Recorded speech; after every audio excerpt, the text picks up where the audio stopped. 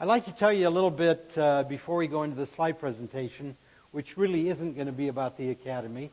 I'd like to tell you a little bit about there's two kinds of entrepreneurship as far as I'm concerned. There's the for-profit and the not-for-profit. And for the first stage of my life, which I'm going to tell you about in a moment, I was involved, the second stage really, I was involved in for-profit. Very profitable. As Scott said, the first investor in Ancestry.com, first investor in 1-800-CONTACTS, first investor in Omniture, and all three of those went public. That's a big deal, and I appreciate that aspect.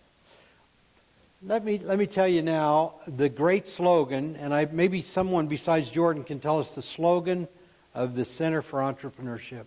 Anybody tell me? Yeah, I hear it. Who's that? You. Would you stand up and speak a little louder? Or speak louder anyway. Great. Learn, earn, return. For the first 28 years, I was learning, including being drafted in the Army when my wife was pregnant.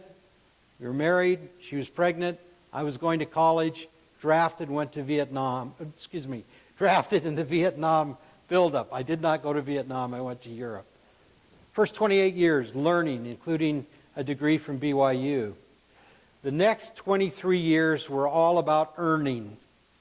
That's when we started several companies, 9. When we had this great harvest, when we sold Barclays Oxygen. So that was the earn period. And then the return period, after we sold our business and moved from Littleton, Colorado to Provo, Utah, that began the return portion of our life. And that's where we are now. Interesting thing, brothers and sisters, young people, is during the return period, I've earned every bit as much and more in the return period than I did in the earn period. We often hear theologically that you cast the bread upon the water and it comes back. That's true for my wife and I. As we've returned, as we've given, more has come back. And without sounding braggadocious, I think that's a word, 2012, I made more money than any other year, even when I was spending my full time in trying to earn. That was because we're spending our time in giving what we have been blessed with to others, and it's come back multifold. I'm very pleased with that and thrilled with that. So that kind of gives you the learn, earn, return. You're in the learn stage now, and some of you are in the earn stage. As you go into the earn stage, I hope you'll be returning a little bit. I know you will in the area of tithing or donations to whatever church you belong to. That'll be part of the returning. But I would hope that you'd be involved in somehow doing something about this fourth emphasis on the church. And what's the fourth emphasis that has recently been announced? Taking care of the poor and the needy, right?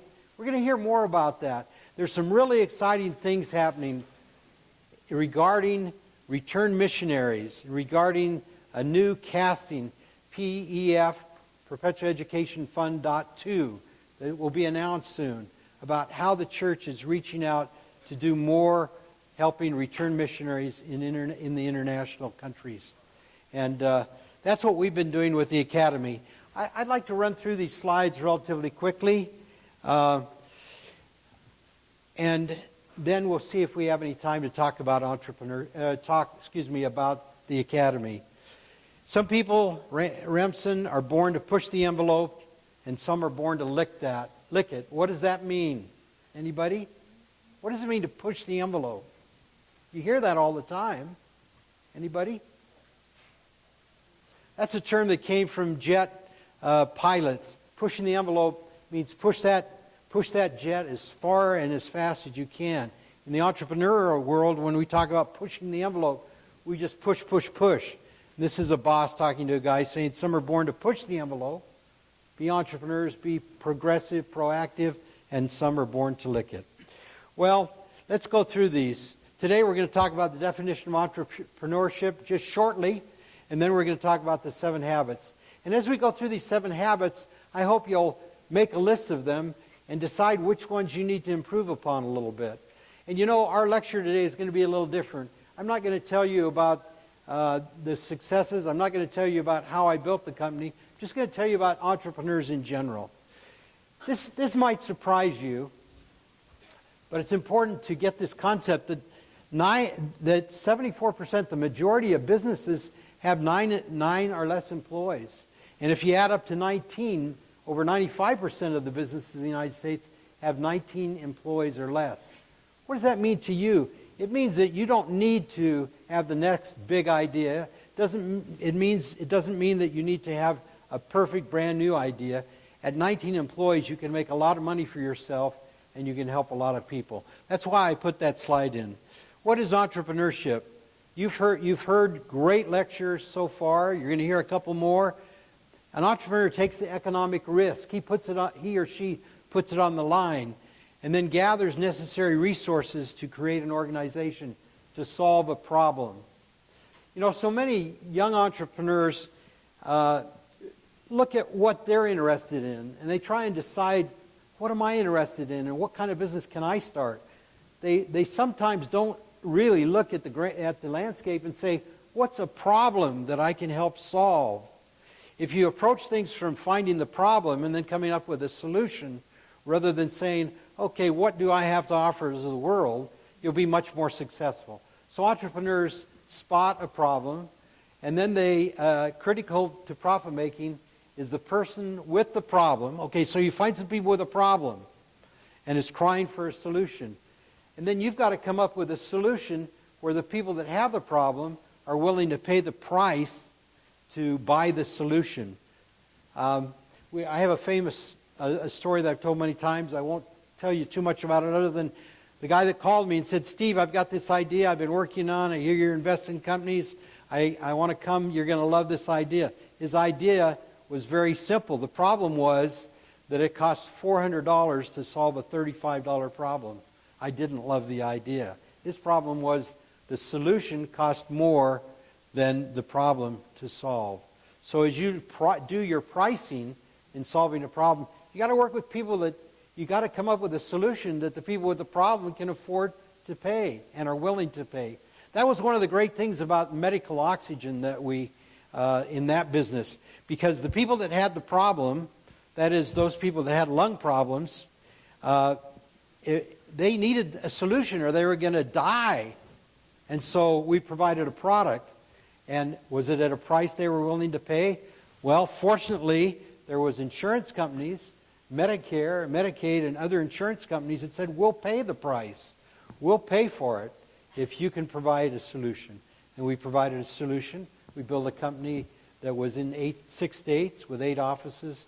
And then a larger company came along and said, we've got a problem. The larger company said, we've got a problem. We're not in Arizona. We're not in Utah. We want to be in those 2 states. I said, we're in those states. And so they said, we would like to buy you. And so it was the big company had a problem, the customer had a problem, and we provided a solution for both the customer and for this big national company. So a couple ideas there about entrepreneurship. Entrepreneurs see a problem, but then they interpret it to be an opportunity. Think of Amazon. They saw a distribution problem. They came up with a solution. An affordable solution. And then the founders, the entrepreneur and his team gathers necessary resources and launch a money-making business, grow the business, and many harvest it. Many harvest it. And that's where the great reward comes. Not only the reward of enjoying what you're doing, but the reward of the harvest. I remember June 6th, 1993. We're going to be celebrating the 20th year of getting that great check. So harvest is part of what you want to be interested in. Okay, end result of successful entrepreneurship, the creation of a new venture, and hopefully the creation of new wealth. There's no better legal way that I can think of in one generation in order to create wealth than create a company that solves a problem, that you have repeat business. The customer keeps coming back, and there's no better way to create wealth than either keep the company or sell the company. When we were ready to sell our company, our CPA said, don't sell the company. If you just keep the company in 5 years, you'll make just as much money as if you sell it today. But I was ready to sell it. The market was ready to buy it, and that's why we sold it. Had I not done that, I could still be in the business instead of starting schools for returned missionaries in Mexico and the Philippines. Are entrepreneurs born or made? Students?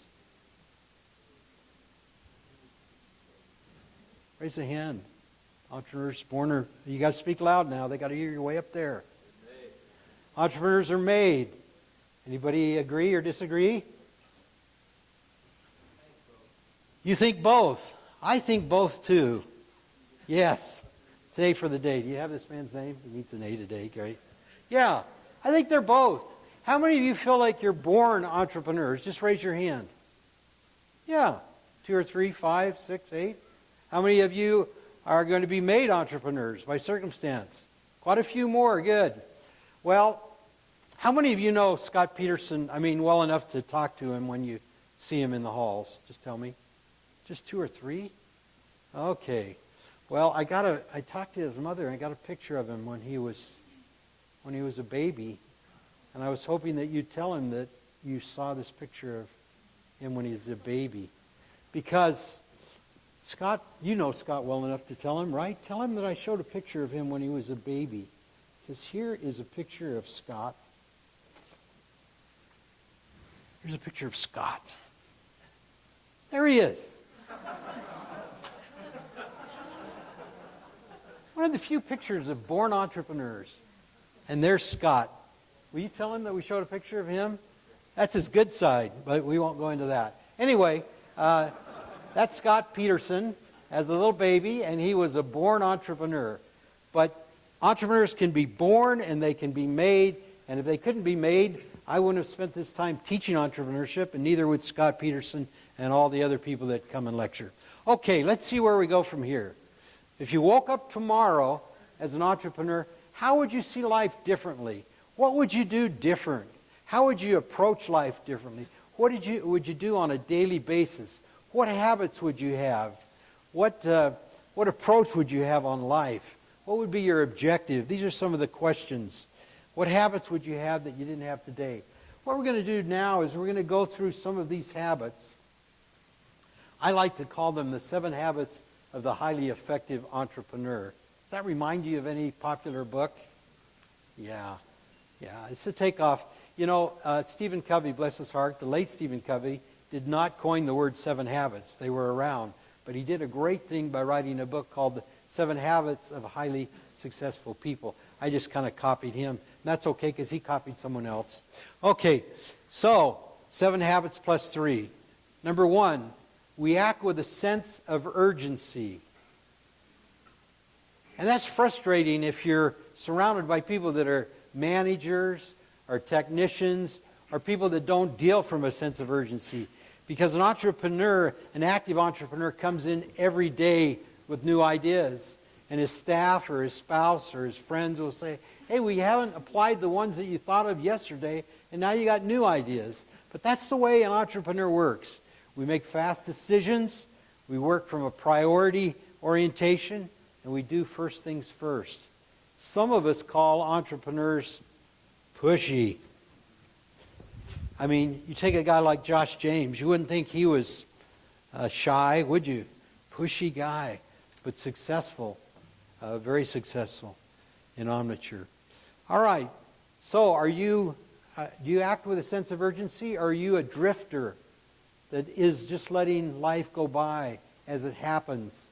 Are you taking a proactive approach and making things happen? If you're not, this might be a habit you want to try and build within yourself to be more aggressive, or assertive, I guess is a nicer word, or be more proactive. Whatever you do, you want to act with a sense of urgency. I had an urge on a particular day to call somebody and offer to buy their business. Before 10 days were up, we'd bought their business.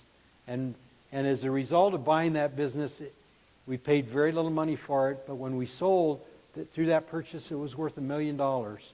And we probably paid $200,000 at most for it. Sense of urgency. Entrepreneurs believe that they control their own destiny.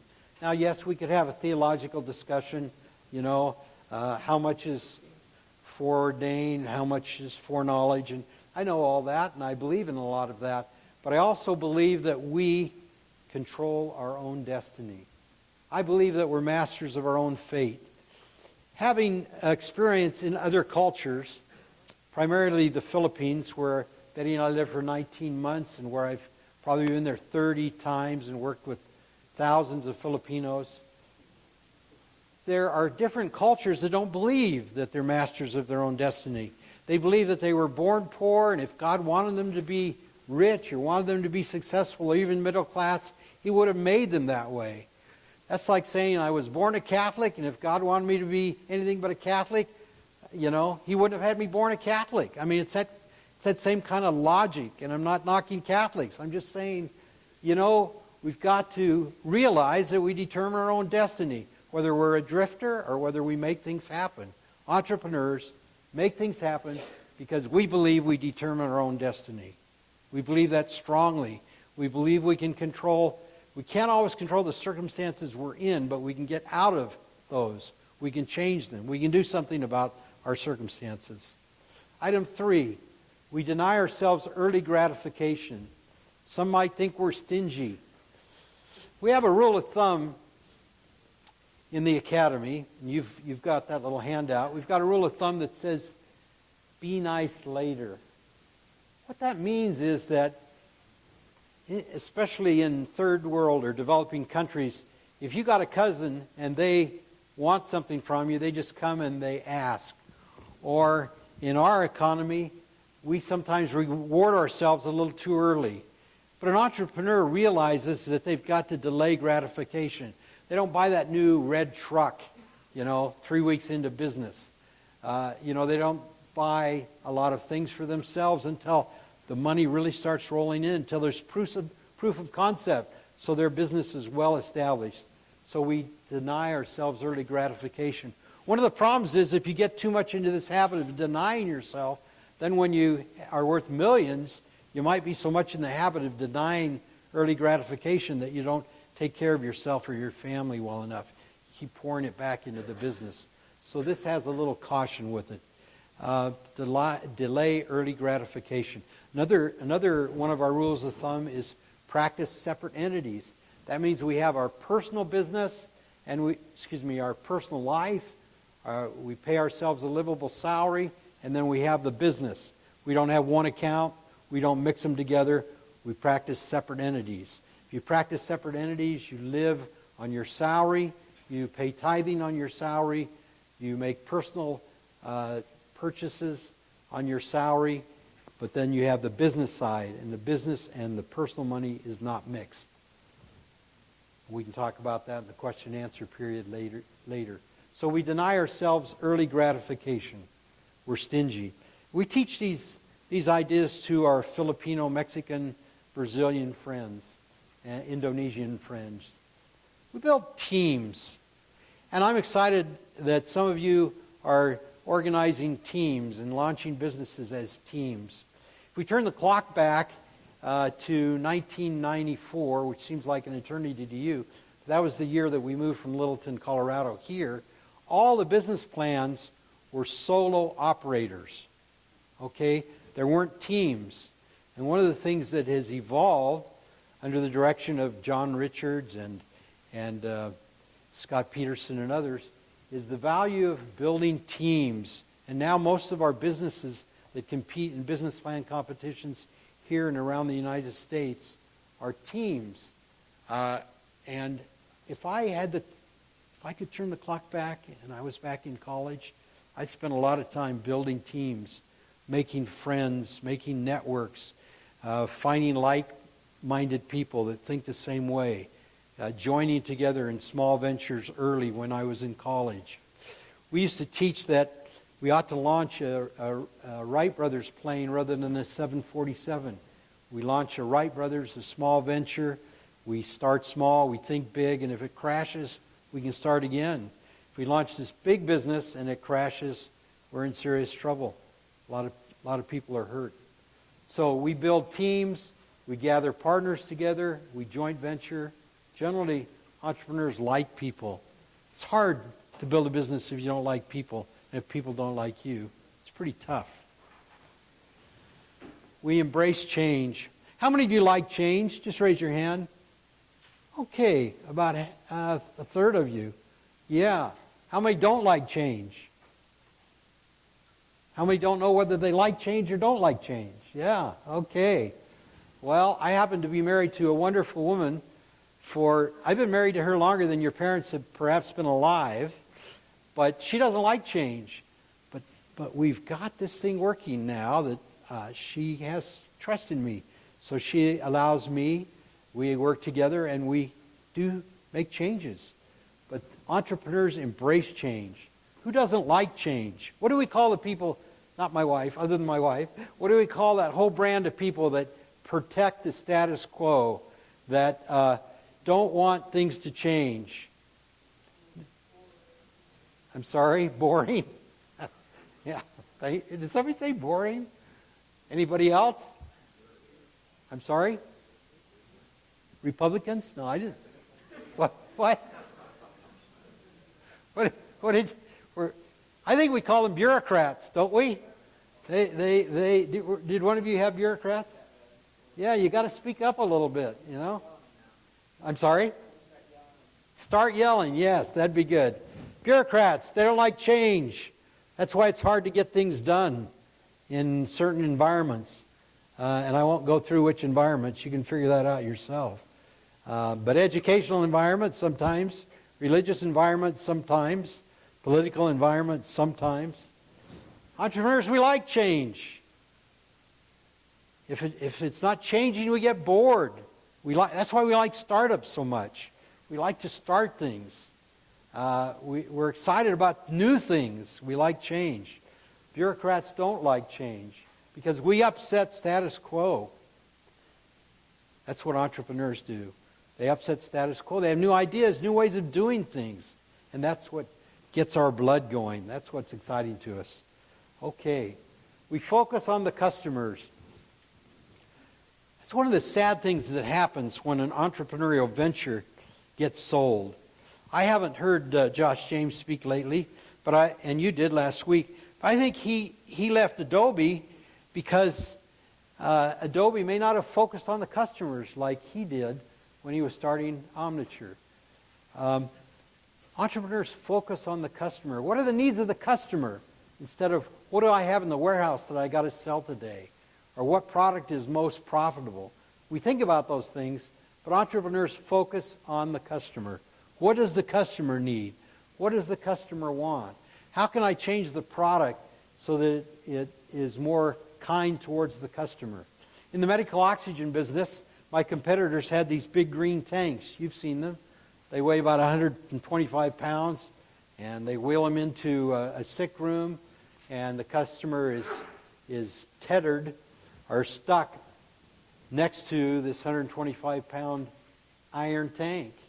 What we innovated and presented to the customer was a 29-pound little machine that they would plug into the wall, and it would create its own oxygen, or it would take room air, concentrate the oxygen, and deliver oxygen. The customers, our oxygen patients, they weren't near death. They were older people that had ruined their lungs through smoking or perhaps in the industry they worked. And they wanted to go out and visit people. They wanted to visit their grandchildren. How could they take this 125-pound green tank in their car? They couldn't. But they could take this 29-pound oxygen concentrator, take it over to their children's house or their grandchildren's house. Then we innovated a suitcase, and a concentrator in a suitcase. And it would hook up to the car battery. They could drive all day and all night and use the oxygen that came out of this oxygen concentrator in a suitcase. Because we were catering to the customer. We were solving a problem that they had. So entrepreneurs focus on the customer. Let's see what number 7 is. Oh gosh, number 7. How I love number 7. how people your age sometimes are very sick of number 7. You know, you've been hearing about goal setting probably since primary, certainly in the in the Scout program, Cub Scouts, Webelos, Boy Scouts, your classes, personal finance, blah, blah, blah. You're tired of hearing about goal setting. But I can promise you, I can tell you from personal experience, you take somebody with less than average intelligence, and that's where I put myself, and then you get a person, that same person that's very goal-oriented. Every day they write out their goals. They have short-term goals, they have mid goals, they have lifetime goals, and they work on them every day. And great things can happen. Great things can happen through this principle. And I'm sorry if you're tired of hearing about it, but just out of interest, let's see a show of hands of how many of you have written goals on a piece of paper that you review. Look around. Okay, I would say, keep your hands up if you would. Maybe half. Okay. What's the matter with the other half? You know? I just can't say enough about goal setting. Let's see what some other people have said. Before I do, entrepreneurs focus on the present and the future. They measure progress. They're results-oriented. They're bottom-line-oriented. These are the habits of successful entrepreneurs. What kind of goals? I'd like some hands. What kind of goals can you set in a business? Anybody? Raise your hand. What kind of goals can you set in a business? Way up there. Thank you. Growth. Okay. And how can you measure that growth? By place position or by income. By income? Great. You can measure by sales, gross sales on a daily basis, a weekly basis, monthly, yearly basis. Profit. That's a goal that you can have and you can measure it. A number of customers, average sale per customer. Lots of ways that you can measure. Great. Here's a quote by yours truly. It's never too late or too early to write down your goals and start reviewing them often. I believe in that. Every New Year's Eve, sure, we have New Year's resolutions, but every New Year's Eve for maybe 25 years, Betty and I would rent a hotel and go and work on our goals early. We'd go to a New Year's Eve party, come back and work on our goals the next day. Then we'd come and have family home evening together. The kids would work on their goals. Now they're second generation, they're doing that with their grandchildren, or my grandchildren, their children. Here's what Elder President Thomas S. Monson said about goal setting. He's a great goal setter. When performance is measured, performance improves. So we want to all measure our performance in business, in school, maybe even in dating. When performance is measured and reported back, the rate of improvement accelerates. That's what we do in home teaching. That's what we do in visiting teaching. We should have a goal. We write it down. We report back, and the rate of improvement accelerates. Great quote. Brother Ballard has spoken a great deal on goal setting. And Brother Worthland, Joseph Worthland, is that right, Joseph Worthland? He tells a famous story about his moment in history when he was playing football and the ball came to him and he ran the wrong way. He made a touchdown, but for the other team. He was goal setting. He knew where he wanted to go, but he was running in the wrong distance, the wrong direction. Okay, and here's just 3 last ones. We see opportunities where other people see problems. It's so fun to go on a trip with another entrepreneur. And when you do, they're, for instance, on a cruise, they're thinking, well, if we were operating this cruise ship, how could we save money? Or how could we save money on food? Or how could we improve the delivery of the product? It's really fun. So, as entrepreneurs, we refuse to focus on the problems. We focus on the solutions. Problems are something to be dealt with. We learn to create systems to solve recurrent problems. Same problem comes over and over. We want to create a solution so the solution solves the problem. We don't solve the problem, but the system that we put in place solves the problem. We're lifelong learners. Recently, I interviewed someone for a job, and she was in the communication business. Her major was communications. And I said to her, "What magazines are you reading?" "Well, I don't read any magazines. I'm too busy at school." "What newspapers are you reading?" "Well, I don't read any newspapers." "What books are you reading?" "Only textbooks." And I understand that there are a lot of demands, but we need to be lifelong learners.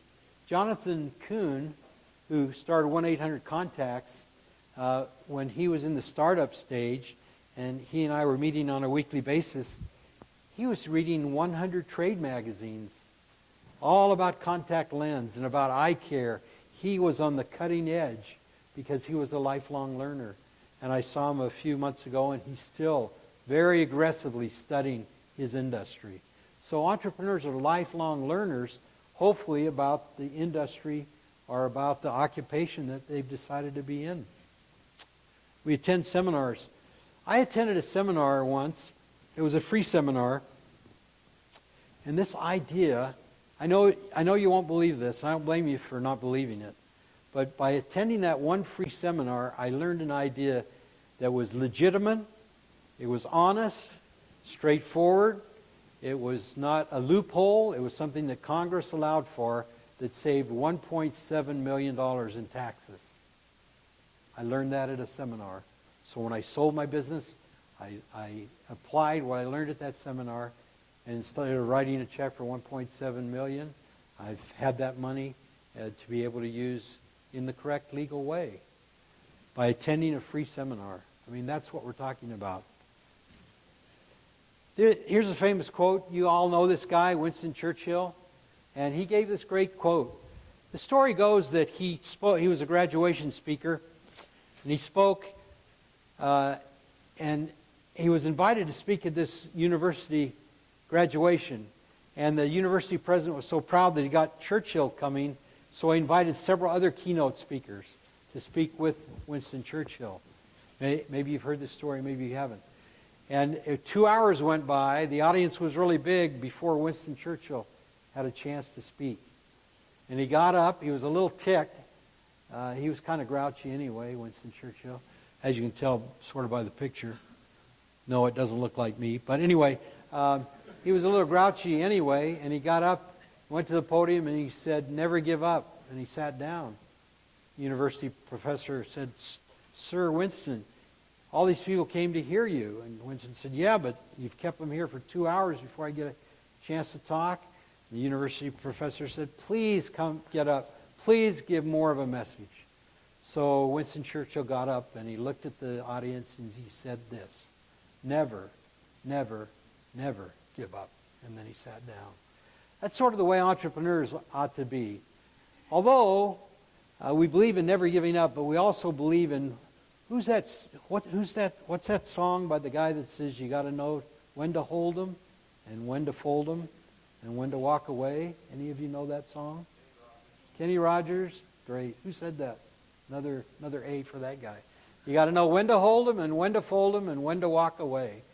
And entrepreneurs need to know that too. Even though we never give up on trying to succeed, there is a time to fold. And we don't talk about that very often. Well, there we have 7+3 habits of highly successful entrepreneurs. I hope some of you have made notes. Some of you haven't made a note. That's up to you. But I hope that you'll look over that list and try and figure out what areas could you change in your behavior, in your style, in your habits to become more like entrepreneurs. If you practice those things, you will become more like entrepreneurs and you'll become entrepreneurs. Years ago, we used to think it was about birth order or what your name was or under what star you were born. No, none of that garbage anymore. We talk about habits. What habits does a successful entrepreneur have? Now, before you pack up, I've got a couple of other slides I want to show you, 3 or 4 more, of some of our graduates of the Academy. And I'm going to run through these fairly fast. By the way, a social entrepreneur is that person that sees a problem but isn't concerned about making money in solving the problem, but is concerned about solving the problem for the people that have the problem in spite of the fact that there's no money in it. for the social entrepreneur. What kinds of social entrepreneurial activities have I done? Creating the Academy for Creating Enterprise in Cebu, the Philippines. Let me just run through quickly. Here's our school in the Philippines. What have our graduates done? I'm most proud of them because they've established small businesses. They've hired family members. They've hired fellow members of the church. They've ended cycles of poverty that have kept their family down for generations. So we're going to run through a couple more slides. One of the students labeled the Academy the MTC of temporal success. These are some of the kinds of businesses they've started. You can read them as well as I can. Here's a lady entrepreneur, a sister missionary, and she has a janitorial service. She now has 10 employees. This was an earlier picture. Here's a repairing cell phones. There's a return missionary that was a technician. He repairs cell phones. Here's a guy that is just kind of starting out, selling rice. But because he knows the 25 rules of thumb, you have 12 of them, he practices good business principles, and his business is growing, getting more and more successful. Here's a man, sells tropical islands on the internet.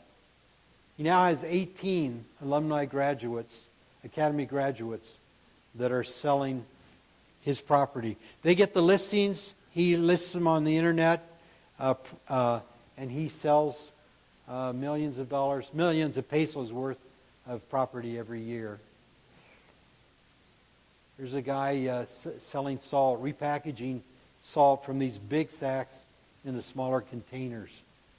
Here's a guy that's taking coconuts and making flower pots out of coconuts. Here's a pharmacist. This young lady is a pharmacist. Before she came to the Academy, she's a sister missionary. Before she came to the Academy, she was working in a Timex watch plant, putting watches together, even though she had a degree in pharmacy. Now she has a small pharmacy. Here's a guy selling pizzas, Lehi's Pizza. We're proud of him. He says no credit, which is good. Doesn't open on Sunday. Here's a husband and wife team. They now have 200 employees. I'm sorry I didn't update this. 200 employees. A little older, served a mission, came to the Academy, and now has all these employees. These guys selling bread. This guy has 3 drugstores in his chain. This guy has an ink refilling station. And that's it. So, the Academy is great because we're returning. How many of you have served in international countries? Great. How many in third world countries are many of you? You know the need for this kind of thing. And I don't know if I mentioned in this group, but within the next 12 months, there'll be a great new program as Perpetual Education Fund, I think I did mention it, is redone. And as employment resource centers internationally become self-reliant centers. And you're going to hear a lot more about this kind of approach. So the only thing I have to say in conclusion is entrepreneurism is an exciting life. You know, they sometimes say you can tell the entrepreneur in your ward because he starts out in a small house and then he moves into a big house, and sometimes he moves back into the small house, you know, because of the ups and downs in the business. But if you like change, this appeals to you, I strongly would suggest that you consider entrepreneurship and start as a college student. So thank you very much. Appreciate the opportunity. Jordan, would you tell us about the question and answer series that happens upstairs? So at 4:30, we're going to have, like we do every week, a brief reception. There will be refreshments there. Encourage everyone to go, and I'd like to thank Steve again for coming to speak to us today. Give him a round of applause.